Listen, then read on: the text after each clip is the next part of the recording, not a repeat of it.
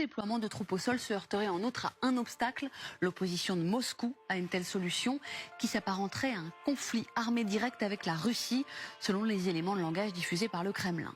L'agence France-Presse cite aujourd'hui une source militaire européenne qui fait part de ses doutes. Le déploiement de troupes, c'est un élément de notre stratégie, même si à un moment, on devra peut-être constater qu'on ne peut pas aller jusque-là.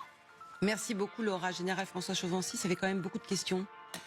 Oui, on en aura d'autres. Non, malheureusement, c'est un peu ça le problème. C'est que le président Macron, qui est leader dans cette affaire-là, cherche quand même à concilier un petit peu tout le monde pour obtenir une position commune.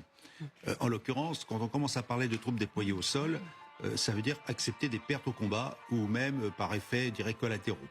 Donc on est bien dans la mise en place de troupes qui ne pourraient pas se faire avant un cessez-le-feu de toute façon.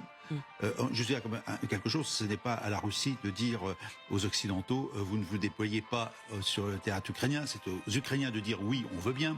Et ensuite, c'est que dans le cas d'un cessez-le-feu. Donc si un cessez-le-feu, c'est qu'on accepte d'arrêter les combats de part et d'autre.